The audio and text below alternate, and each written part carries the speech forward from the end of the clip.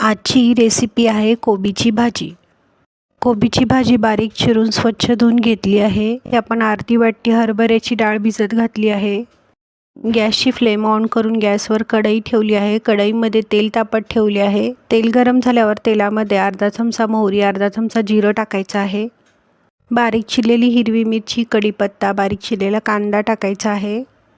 तसेच बारीक चिरलेला लसूण टाकला आहे. सर्व साहित्य एकसारखे छानसे परतून घ्यायचे आहे. इथे तुम्ही आवडीनुसार बारीक चिरलेला गाजर, बारीक चिरलेले मटार, बारीक चिरलेले टोमॅटो घालू शकता. अर्धा चमचा हळद टाकायची आहे. चवीनुसार मीठ टाकायचे आहे.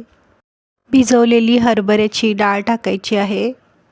बारीक चिरून स्वच्छ धुवून घेतलेला कोबी टाकायचा आहे. सर्व साहित्य छानसे एकसारखे परतून घ्यायचे आहे.